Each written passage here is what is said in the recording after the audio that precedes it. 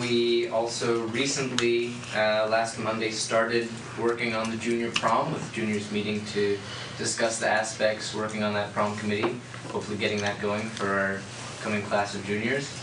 And then we also have the Israeli-Palestinian Peace Project as an outreach of the newly formed Israeli-Palestine Club that hopes to spark and initiate discussion about the general issues about the Middle East, specifically focused on Israeli-Palestine and all the different facets of that discussion. So from November 13th to 20th, there'll be lectures after school on H208, H202. You're welcome to attend, and they'll be to educate students about the situation in Israel-Palestine and hopefully raise some discussions. And the students in the club have also started a Facebook group to further any insights or So last Friday from 5 to 9, our local robotics team, 639 Code Red Robotics, held their semi-annual LAN party. At the price of $5 at the door, students got a chance to use their gaming skills by playing against each other on new systems and old. Snacks and drinks were also served, along with a skill-heavy tournament, netting Code Red with a profit of about over $500. And then the IHS drama team put on a terrific showing of the romance musical Kin in the Black Box Theater last Thursday through Sunday. Tickets were sold for $5 at the door or in the cafeteria beforehand. And as winter break is nearing and the weather is getting colder, we're hoping to gather non-perishable food items as we always do with Linker's annual food drive. This will be taking place Monday when we get back until winter break, and boxes for collection will be placed throughout the building in the main office, cafeteria, library, and food will be collected every Friday and donated to those less fortunate. And also, in this week's Tatler, we had the premiere of the new Board of Education Digest column that's actually run by us. And this covers everything that goes on at these meetings, from the old hard facts to the witty comments made by the board members. And it's hard to keep track of, but by collaborating with our school newspaper, we're hoping to increase awareness and the connection between the student population and the board. Last week, the fall sports season ended very sadly. The boys soccer team lost in the state semifinals for the second year in a row. And winter sports are now full in effect, with the girls basketball team partaking in their first scrimmage last night against Newfield. And the new food science course at the high school is going really well. Students are learning how to cook, along with learning the science behind the food they're eating, and we have made everything from yogurt to fermented vegetables. mean rotting vegetables. Okay. That's going in the next. Oh, that's going in the next hour? Okay, great. As I said, hard to keep up. Is that it to go high? Yes, Great. that's all. LECS? Okay, so we recently, our school participated in an all-school discussion about the terrorist attacks that happened in Paris a few weeks ago. We discussed in small groups and then all as a school, as an open forum, the issues involved and what we felt as we learned about the attacks. And then we also talked about the refugee crisis and how that's related and racism in America. So that was a productive discussion and something we'll continue to do as we process. Yeah, we talked about more specifically racism with college campuses, including Ithaca College. And this was in addition to the moment of silence during morning meeting, which I held actually the day after it happened. And it's important to note that the ESM today wasn't just students, it was students and teachers. And that was kind of a big reflective period. And something else that we've been reflecting on is climate change. And Sarah Butler, who works for an organization, which I should have written down, but I didn't, she presented to ecology and the service class. And we talked a lot about climate change and more specifically how to be politically active in that regard and lobbying to Tom Reed and that whole thing. And we met after school. Lucas and I were both there. We're going to continue doing that and get more involved in the political system. So that's really interesting. And we've told you a lot about our pecan sale, and so we got pecans in, and everyone's enjoying munching on those. So keeping it short today. Oh, very good. Right, you're on vacation, so I can understand that. Thanks to LECS, thanks to Ithaca High. Board responses, anyone? Brett? You take an announcement at this point? Board can say anything they want anytime. Wow, anything you want. So, you want to support teachers? Next Tuesday is Giving Day nationally. So consider IPEI, who supports all of our teachers in all of the buildings with grants. If you want to follow it on Twitter, at Ithaca PEI, you will get to see board members and administrators who have held up their signs as to who they want to say thank you to. I've said to my daughter, who teaches first grade in Caroline, but you'll get, if you follow it at Ithaca PEI, you'll see some others from the board and from the administration between now and the 1st, and you can give online at Ithaca PEI. We love IPEI. They do a tremendous amount of work on behalf of the students. Just response to Judy Maxwell. She's not in the room, but she's on the agenda. So, Judy, this is her official last day on the board, and Judy was here briefly, but Judy has things to do because she's, but Judy is on the agenda for later. Anything else from the board at this time? I believe on Thanksgiving I will be enjoying some dessert made with pecans from the ICSD. Good. Just as this doesn't go unaddressed, I don't think as the board we even had any question or any conversation whatsoever about what to do about Judy Maxwell's retirement. For some of us it was a little bit of a surprise, or we weren't sure what the date was coming. And so I think as we recoil and recover from Judy's absence, then we'll have a conversation. I expect that'll probably happen in the next couple of weeks as we get together back as a board. But there's been no conversation as a board yet about how to respond or what to do. And I'll forward along to the board members the 3 different options that we have from policy, in which you've heard: either keep it vacant, hold a special election, or appoint somebody. Those are the 3 options we have on the table. So I'm sure we'll have more dialogue. Well, right. That is on the agenda, just to explain to the public what our options are, but we'll just 5 minutes later. Yeah, absolutely. Yeah. Anything else at this time? So very good. We'll move on to consent agenda. I'll move the consent, and if seconded, I'd like to speak to it. I'll second. Second by Chris. Having mentioned IPEI, you'll note there's a grant here from IPEI, also from our friends at the Caroline PTA, a gift to the district for programs at Caroline, and I think there's another PTA, South Hill PTA, South Hill, as well. South Hill. So we thank them for that. For those who were at the Finance Committee meeting last night, we snuck one extra item on here. It's the one having to do with the Cine Rick and OCM BOCES. It was $9,900, something that needed to get on here. I hope you don't mind that I allowed that to be snuck on for today. And that's it. Okay. So last item under A. Right, that's right. I believe I saw that. Yep. All right. Any issues, questions, clarifications? Move seconded. All in favor? That's going to be not everyone. Moira, Chris, Rob, Brad, Ann, and Sean.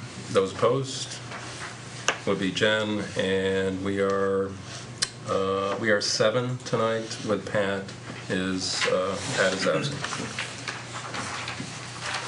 And that's a consent. And Dr. Brown. Well, thank you, Mr. Anderson, for the opportunity. I'll be brief. I just have one thing to talk about tonight.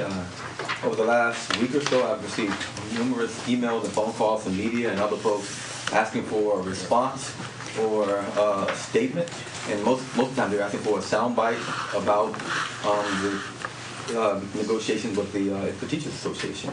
And respectfully, I was responding to folks, particularly the media. It would be inappropriate for me to try to capture all the thoughts about negotiations with anyone in a soundbite or a statement of some sort. When just thinking about what my response would be, I'm thinking about if you just talk about the financial implications for anything we do, trying to describe the GEA, tax caps, the last 10 years of history of finances in our school district in a statement would be inappropriate. Just talking about the nature of negotiations in general would be inappropriate, or I wouldn't be able to capture in a soundbite.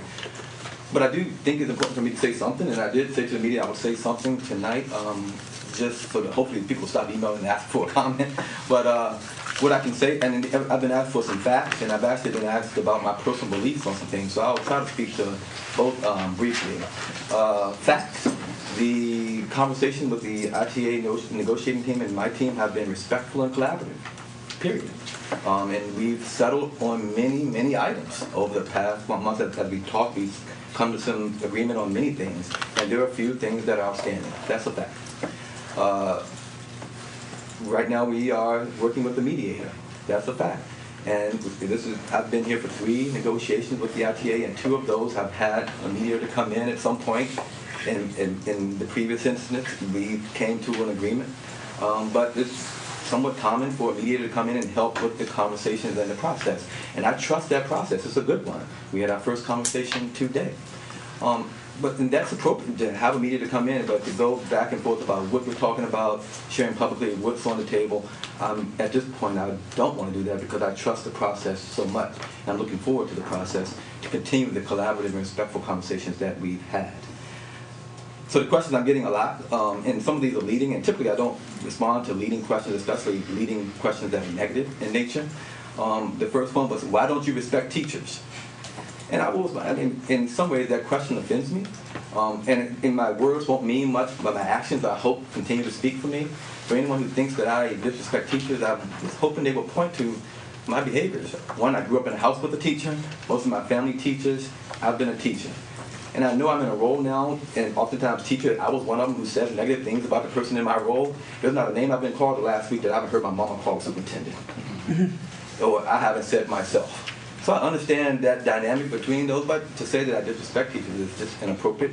And if anyone, just look at our track record. We've had an outstanding 5-year run here where we've done some of the best work in the nation to benefit young people. There's no disrespect there. That's just us working together to, one, do great work in spite of financial implications, financial crises that we haven't seen in our history. That's good work that we've done collaboratively, and I'm proud of that. There's no disrespect there. Which path will you go down? I've heard that often. I don't even know what that means. I think that someone tried to describe to me yesterday. They said there's one path you can go down that looks like everyone is respected and fairly treated and everyone's happy, and then there's another one where it's just divisiveness and bitterness. Well, I don't even know what that other path looks like, and I'm definitely not going to choose that. As I think about all the things that we, as a team of educators and community members in this community, has tackled over the last 5 years, so one would say the GEA is unfair. But we didn't go down a path where we were divisive and bitter with our state government. We actually worked with the members we were provided to come up with the best solution to benefit kids. That's what we do. I would never choose to go down a path, and I'm also offended by someone characterizing my approach to working as I'm going to go down a path where we're just going to be bitter and divisive. I don't know what that looks like, and I won't do it. However, I am looking forward to us having tough conversations about how to do do the impossible for young people with constraints that we all know that we're challenged with every day. And at the end of the day, our young people are looking at us. Do we go down a path where they see us modeling divisive and bitter behavior because we didn't get our way? Or because it's so hard, we are having a tough time solving complex problems? I hope if Bobby ever looked at me and said, you copped it out and you didn't approach things in a loving and respectful and fair way, I'm going to be disappointed in myself. And so you won't see it. So when people ask me which path you're going to go down, I'm going to say the path we've always gone down. We're going to tackle in a community, the smartest community in the country, in a way that's respectful and thoughtful and collaborative, and hope that we do what's best for young people in the community. That's the path for anyone who's listening or wishing for a soundbite.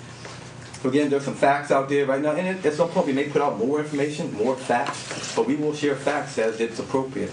I'm looking forward to the mediation session. And if anyone has questions about how I feel and how I feel about teachers and our community of educators, just talk to me and ask me, but don't make any assumptions that because we're having tough conversations that we don't care about the great work we do every day. Thank you for this opportunity. Thanks, Dr. Brown. So we'll move on. Assuming that's the end of your superintendent's report. That was it. Okay, thank you, Dr. Brown. And let's move on, and I guess we need to talk about an international field trip that involves Paris, which has been, and Janet is here. And this is a trip that's not for this spring, but for I'm not 2017. gonna let Janet do the specifics, but Janet was very forward-thinking after the Paris incident, tragedy, and contacted us and said, there's financial obligations, and she'll explain this. But so we asked her to rush around and fill out some forms in a really short amount of time so that we could put this forward, knowing that this isn't happening for quite a while. So we appreciate you doing that, and I hope you'll give specifics on that. Okay.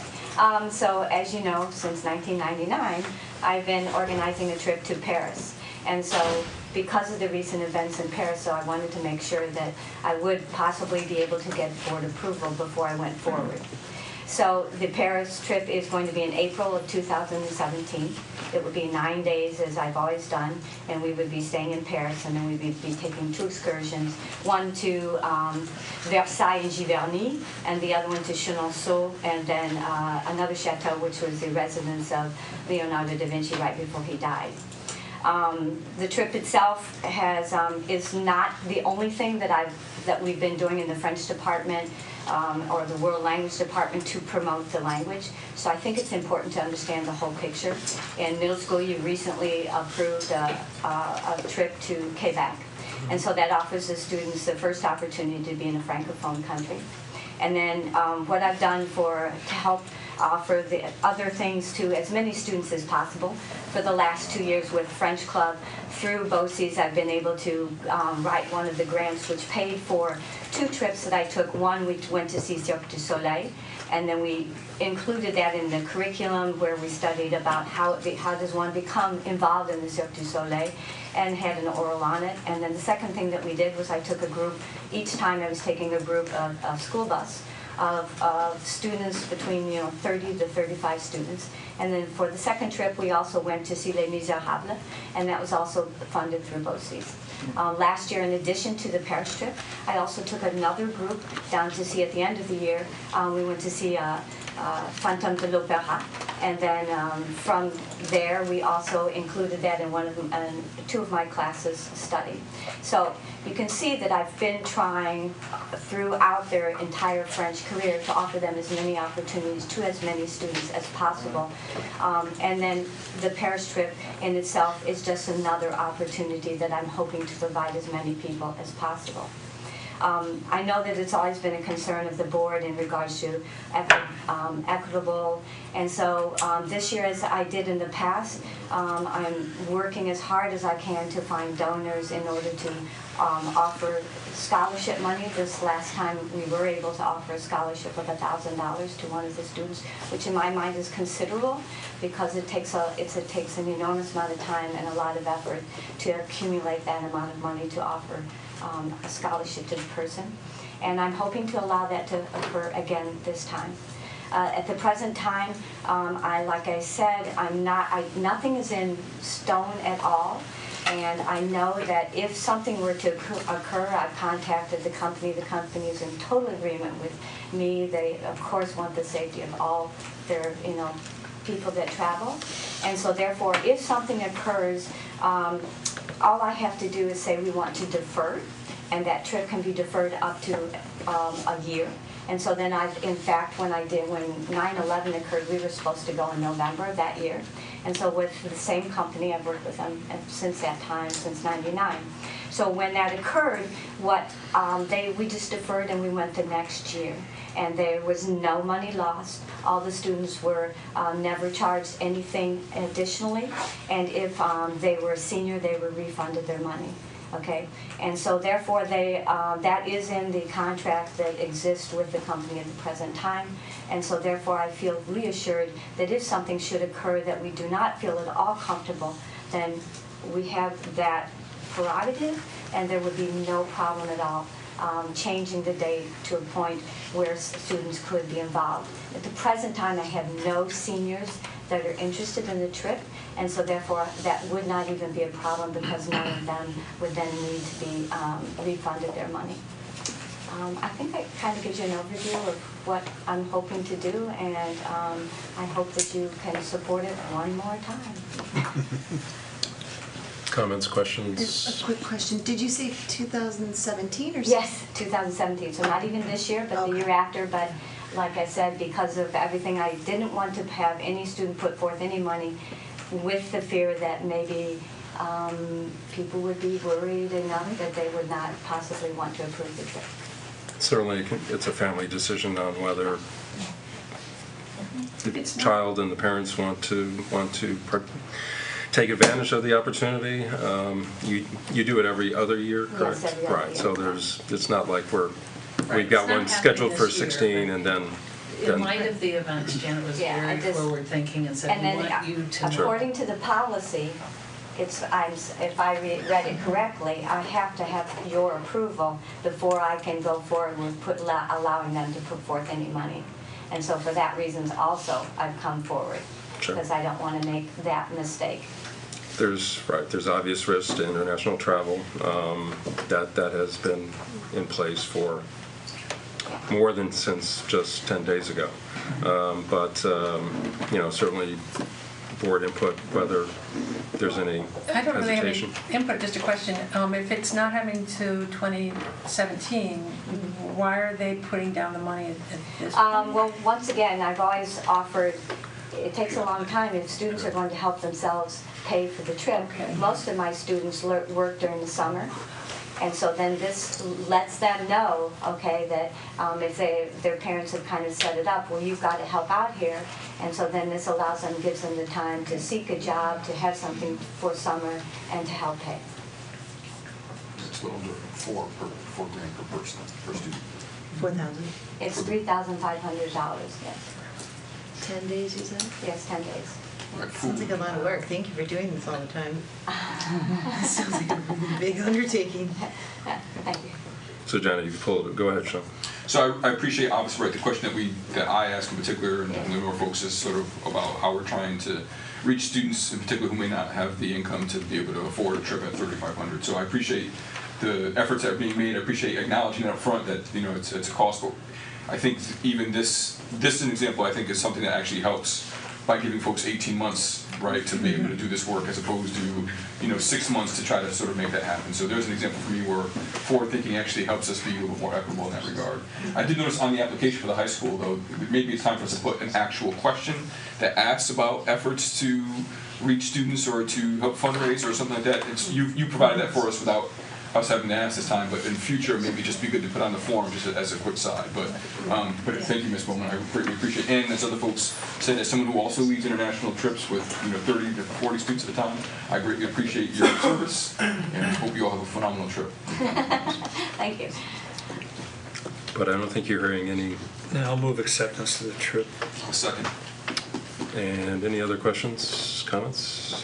All in favor? That's everyone. And we appreciate your efforts, and you'll have a great trip, as you have in the past, however many times you've been there.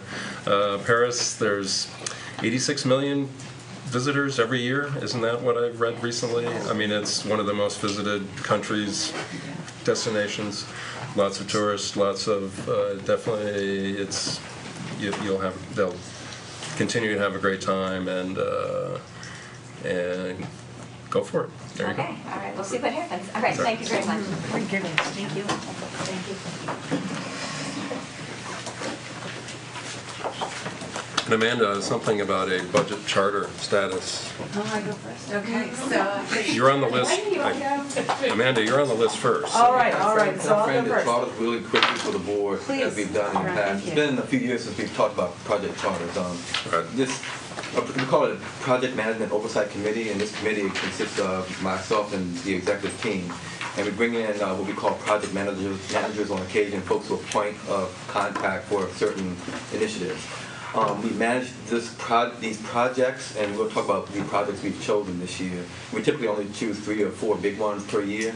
We manage them through a process which includes a form that speaks to SMART goals, descriptions, deliverables, timelines, budget implications, etc. So it's a pretty thorough approach to managing a particular initiative. And it's not something, we're not asking the board to get in the weeds and want to talk about strategies or deliverables or timelines. We just want to update the board on our thinking and how we work together but also to let the board and the community know that some of these big initiatives that we move forward, we are thoughtful about the process. Other things we've done through the charter process, instructional coaching a few years ago, we did this way. Some of our larger professional development institutes, we spent a year planning for. We put in a process or a form like this.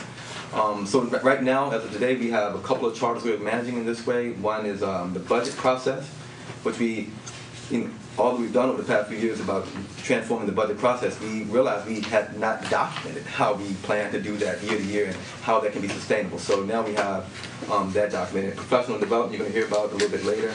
And the inclusion plan is another project that we're managing, a multi-year initiative to be a more inclusive district, and you'll hear about that one as well. But Amanda Verba is the project manager for, what are we calling this now? Just budget? Year-round budget. Year-round budgeting.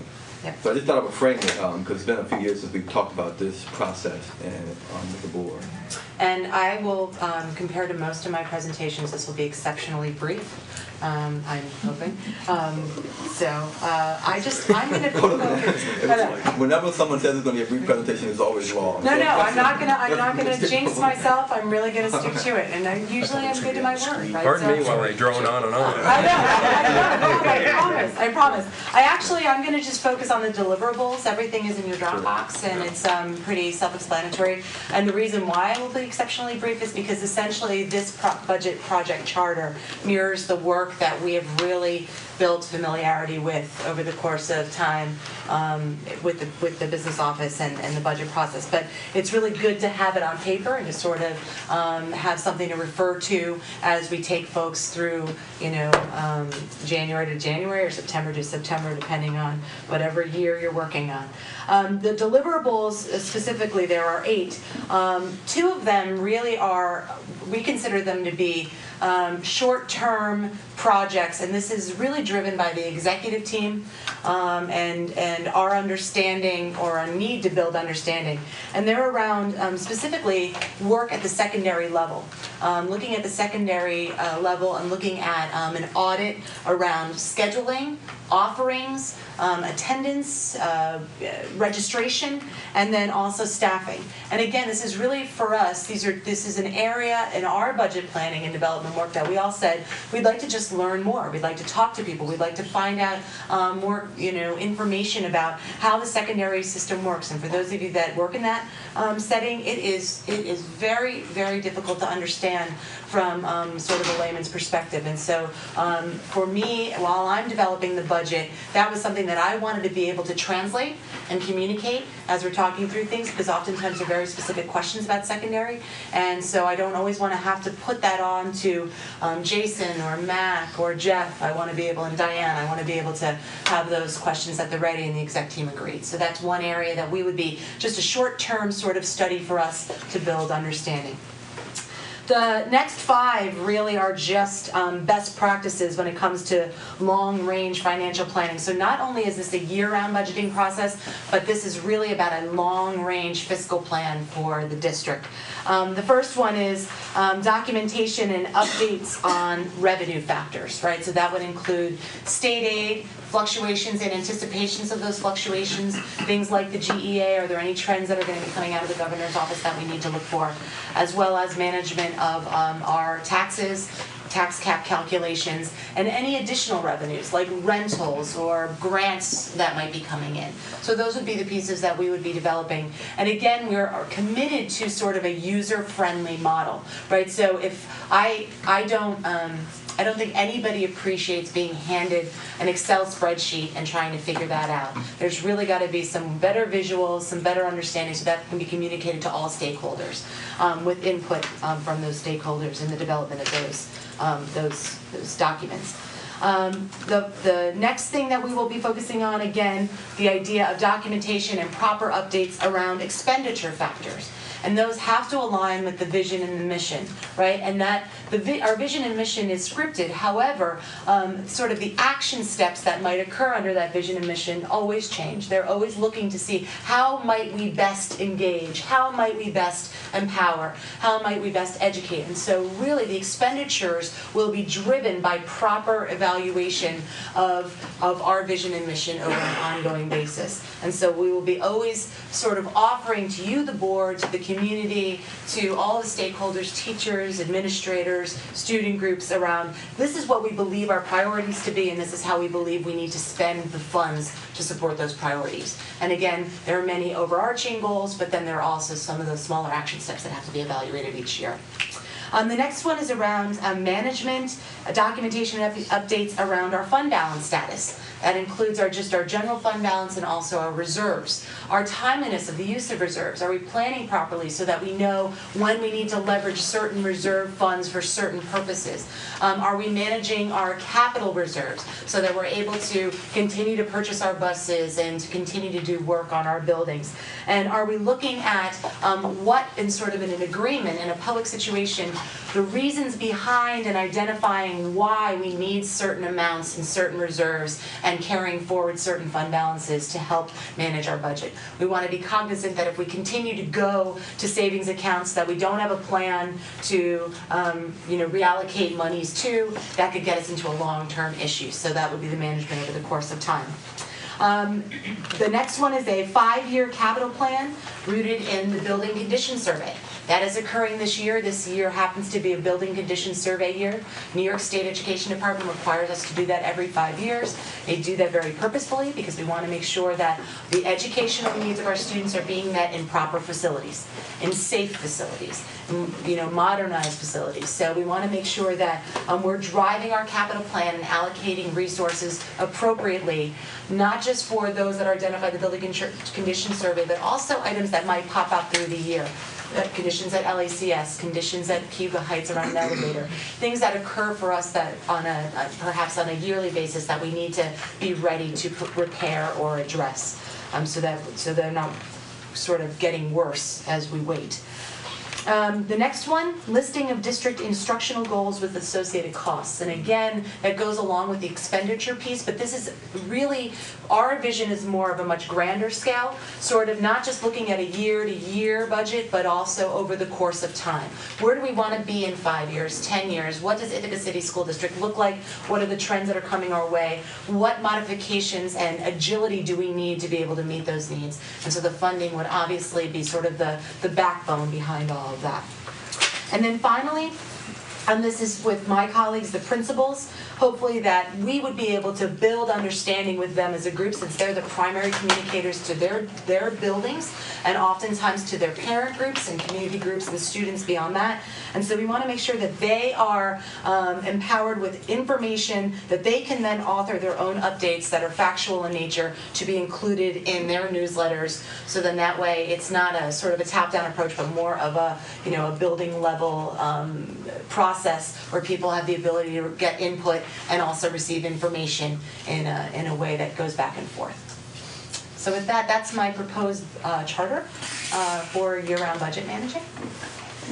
Wow. How'd I do, Rob? That's good. Impressive as always, man. Oh, well, thank you very much. There's more pages here of stuff. There are many more pages, but I really just wanted to focus on sort of, everybody wants to know, well, what are you going to do, right? So that's what we're going to do. So this group, we meet bi-weekly to review these. We meet for 2 hours, and we go through the documents to get updates, to see where we are, where we're lagging, where we're ahead of schedule, etc. So I may have missed it. I'm sorry.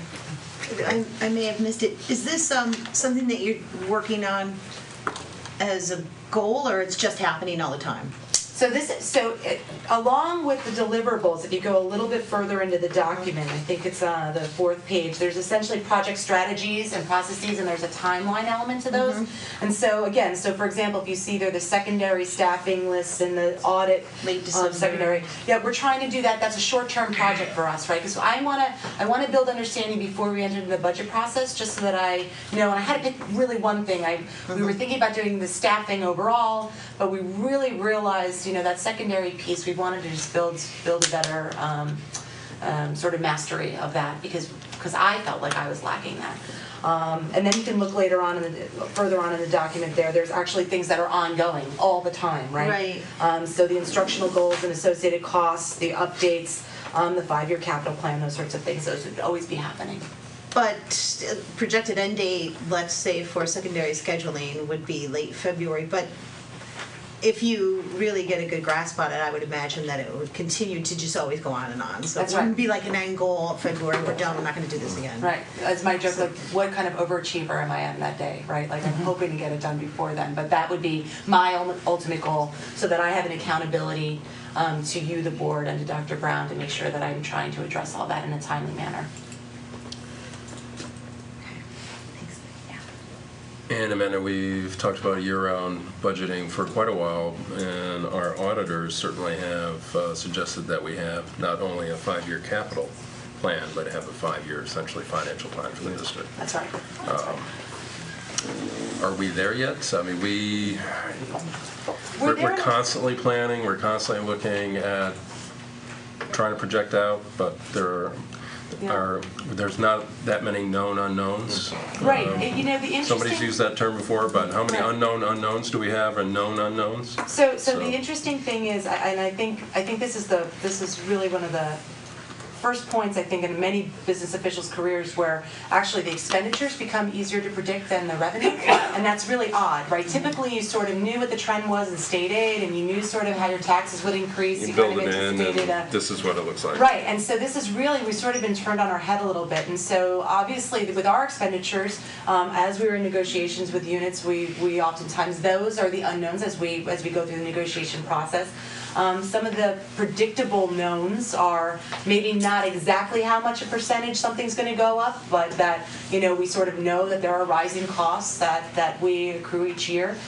We've been pleasantly surprised with some of the retirement rates going down a little bit here and there, but again, buffering ourselves for what's to come. So 5 years out, it's not terribly difficult, but it definitely, you have to be able to keep a contingency and build understanding with your stakeholders around, this is not an exact science, right? You're sort of saying, I would much rather give a 5-year financial plan that has a range, sort of a very conservative view, and then a very liberal view, and then we would sort of fall in between there. And that's typically when I presented to you as the board, that's what I tried to do, is sort of saying it's going to be sort of in this gap that I created, and then we sort of close that in as the budget deadline approaches. Other questions, comments for Amanda? Thank you, man. Thanks. Thanks, Amanda. I have a visual mainly because I'm very visual about my... Thanks, Liddy. So I'm going to be talking about the project charter that I am managing, interdisciplinary curriculum. I know you know that this is just one area of curriculum work that we do. This summer we really focused on technology integration into the curriculum. So this is one area. We do many things with curriculum, but this has been work that we have been really focusing in the past years on elementary curriculum and are expanding into middle and high school. And we had some teachers talking to you about case studies in action earlier this year and last year. So this is just a piece of really our definition of curriculum in the district, and I just wanted to start with that, and that we're really focusing on student inquiry, critical thinking, and collaboration. You know, really, those are our big goals out of this, is that how are we helping students become inquiry-minded, and how are we helping students learn how to collaborate at the youngest stages and right through high school, because, you know, that's how we prepare students to be citizens of our global community. So I'm going to go to my only other screenshot there. These are the 3 SMART goals that we have, and I really highlighted what they're really talking about. The first one is working with elementary students so that they have a year built on a case study approach. The second one is shifting, and you see it's for a year later, 18-19, that at least 50% of middle school students' instructional day will be in this interdisciplinary case study approach. You see, that's a little different because, you know, in elementary school, you can have an entire day be an approach. You have one teacher generally. When we have multiple teachers with subjects that stop and start with a bell, it's a little harder to say, you know, their whole day will be this way, and does it always fit that way? So you'll further in here, we'll talk about some specifics that we're really going to need to approach as we think about middle and high school. The third goal is really that our community, the broader ICSD community, understands our approach. So, you know, if we don't help our whole community understand what we're doing, then we're only doing half our job. So if the stakeholders in our community don't see why their students are doing these field experiences or doing a lot of collaborative work, then we haven't really taught everyone or helped everyone understand. So those are our big pieces that we're working on. The rest of the pages that you have is really 4 pages of our thinking of how to get to these goals. There are deliverables. We have 10 deliverables right now, ranging from things to just PD. What PD do we need to do? Who do we need to get involved in the PD? How are we going to get teachers to be interested in doing the PD? And then how does this work express itself through our assessments? And what would be an appropriate assessment? If we're asking students to be collaborative, what kind of an assessment do we need to do? Do we stop them collaborating when we assess? Does instruction stop? How do we make an authentic assessment? So assessment is a large part of this work. Then in the middle school, so one of our deliverables is really considering the master schedules. What does that look like if we're asking students to be collaborative and think interdisciplinary? Can you stop social studies at 10:43 and start math at 10:47? I think that's about how much time you have. So, how do we look at master schedules? And we've actually, in looking deeper in this, we're engaging our BOCES regional districts in this conversation. There's a lot of districts asking about this. What does an interdisciplinary approach look like at a middle and high school? And so we're asking folks from around the region, what are you doing? What works? What doesn't work? So we're really trying to tap people outside our district about what can this look like. We're also looking within our district at models that are working and models that are really focusing on this already. LACS is really, a strong place for us to be mining our own knowledge of what is working for students to have them be involved. I mean, just what you all just touched on, what you're doing. We want to be more politically involved. We are asking for this information. We are having discussions about events in this world. We want our whole community to be doing things like this. And so we're reaching out, we're looking from within, and how can we make that work? And I think even the folks at LACS would say, we have things that we need to do. We need to, work on our schedule. We need to work on assessment, so it's always a work in progress. That really brings us to the 10th deliverable, which is utilize community resources in a sustainable, systemic way. And that was something we just added a couple weeks ago, because as Dr. Brown says, we meet every 2 weeks and we bring in folks that are working on it. So Jen Wilkie and Lynn Vanderwoort are really taking a lead in this. And Jen Wilkie is working with Ithaca College, Cornell, IPI, any group that she can work with, and how do we make this systemic? So instead of like, oh, there's a grant, let's do this, or oh, there's a person that's interested, so they'll come in. It's how can we systemically involve our community? And that speaks to a larger piece, is that we're looking towards a maturity model. And this is something that really, I'm really learning more about, and that Jen Wilkie understands better than I do. And what it is what will this look like when we're there? Like, what will it be like? And having a vision for that. But the there for this isn't when we're done. It's when we can do this systemically, and that this is how we plan curriculum.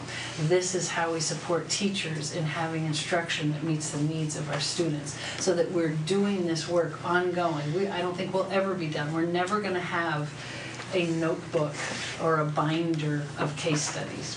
We're not. That's not our goal. That's not our maturity model. It is, we're going to have a system where we support teachers in partnering with the community in a systemic way to build curriculum that meets the needs of students. And as the needs of students and our world changes, we're going to always be working on this. So, and I won't get into the nitty gritty. We have dates, we have ongoing, we have hopes, like Amanda, like we have things we hope will be done by December, and we hope will be done by 2016. But we work on that and we adjust and we add.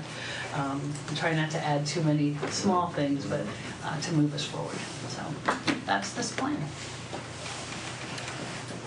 Questions?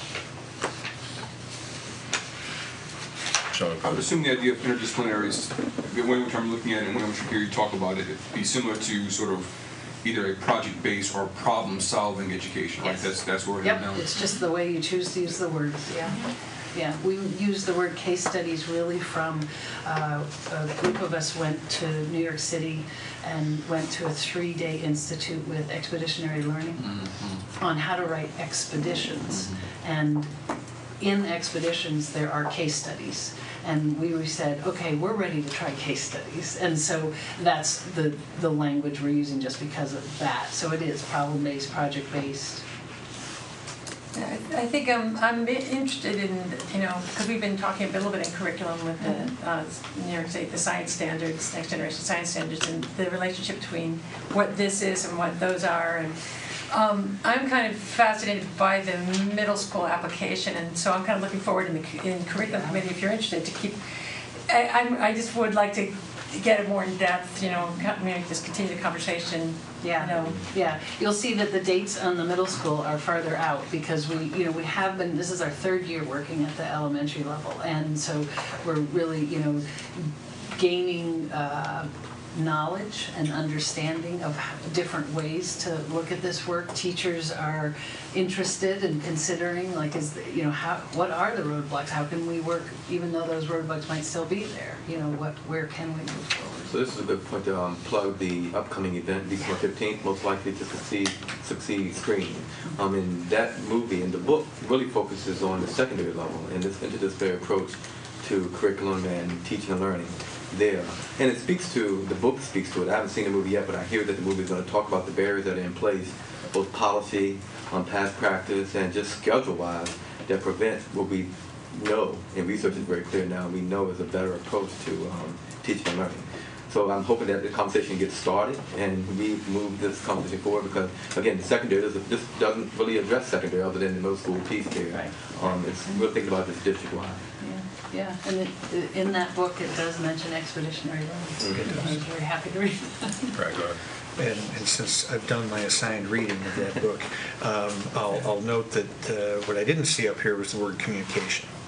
Whether it's oral communication or written or whatever, there was quite an emphasis there, especially about communication and getting children to stand up and speak for themselves. Well, and that's really in the heart of the case study work. So the case study organizer speaks to really having a purpose for the students to be involved in their community and make a difference in their community. So that's really right in the work that the teachers are doing. This is much at a higher level. Okay.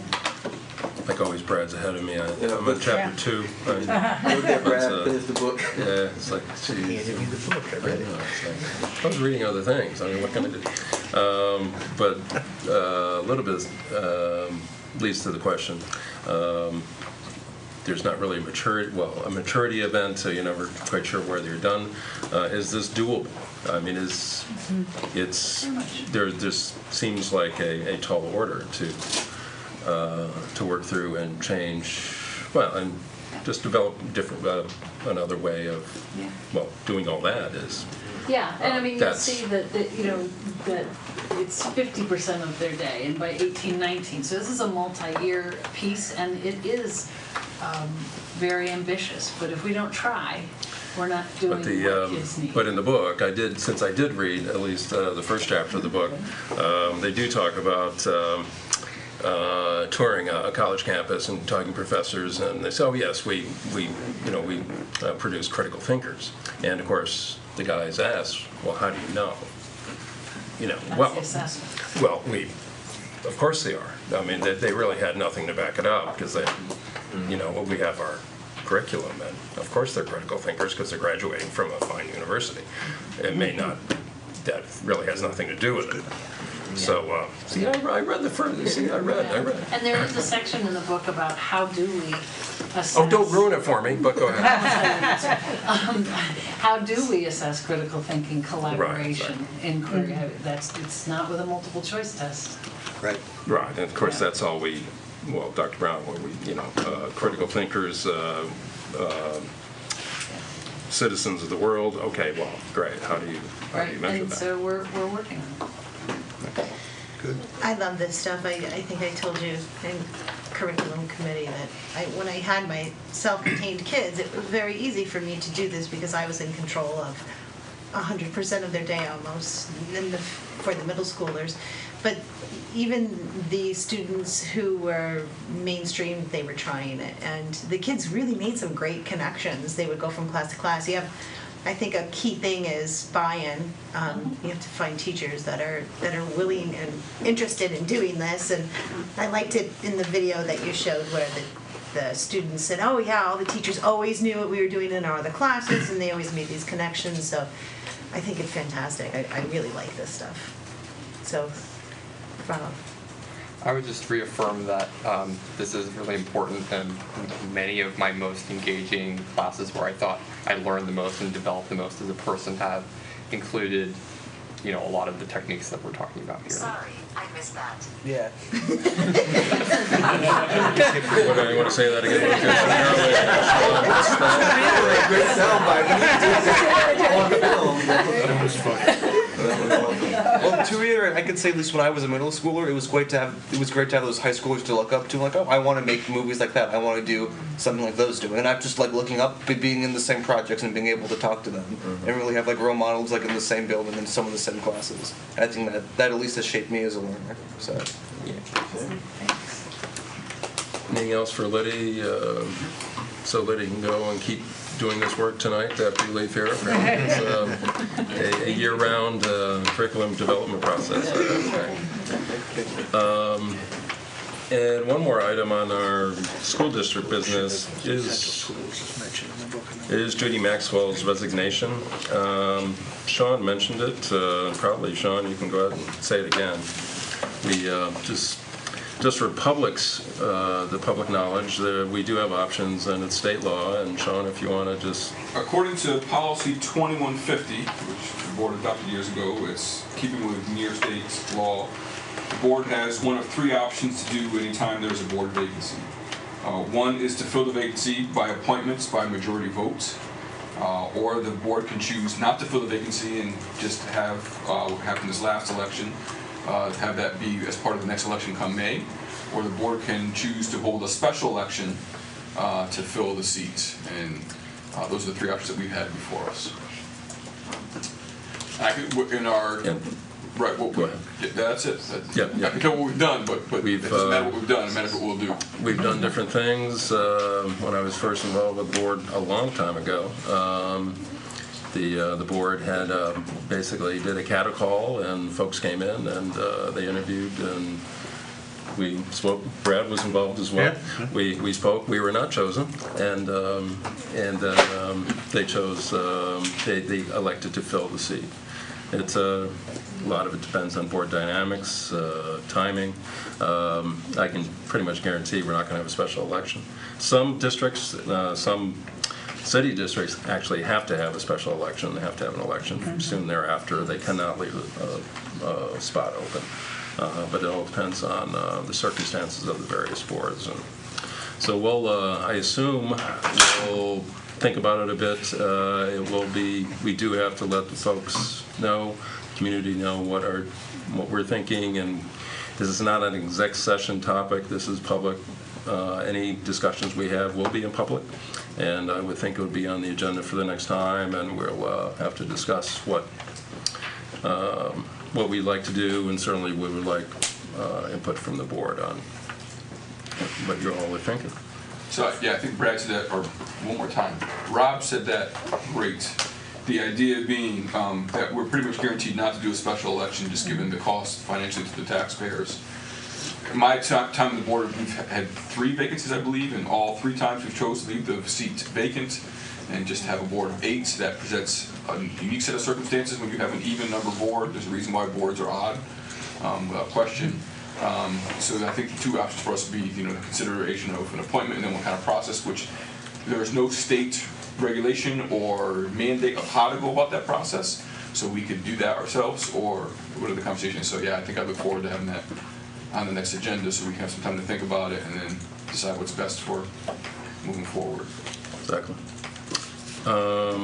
And anything else on procedure, what we need to do? The other item is a resolution on the agenda. I begrudgingly move the presented item on the agenda, the resolution regarding the resignation of Judy Maxwell. Second. Begrudgingly, if you can highlight that. Second by Brad. Judy's resignation is basically official when she hands in her letter. The board has basically an option to adopt a resolution. The resolution really speaks more to Judy's service and thanks Judy for many years of faithful, dedicated service to the board and to the school district and to the community. So it's really our choice. Jennifer put it on.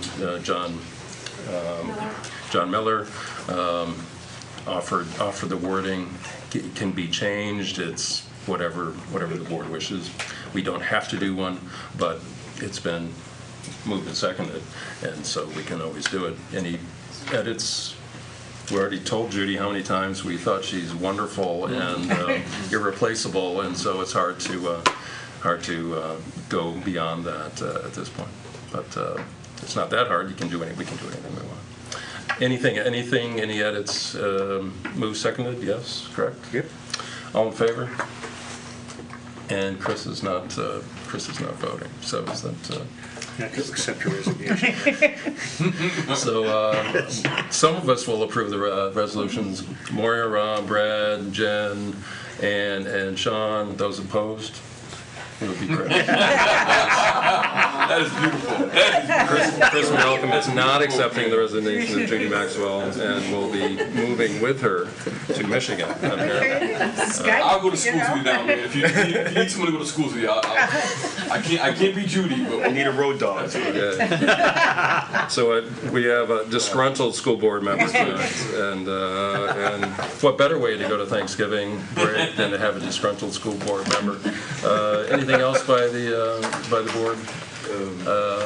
With that note, we do wish everybody a happy Thanksgiving. If you are traveling, it's going to be nice weather, but do it safely and come back, and we'll meet in a few weeks. That's right. Great. So without objection, thanks everybody.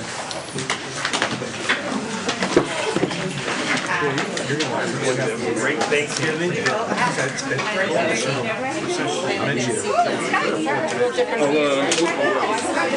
We're around?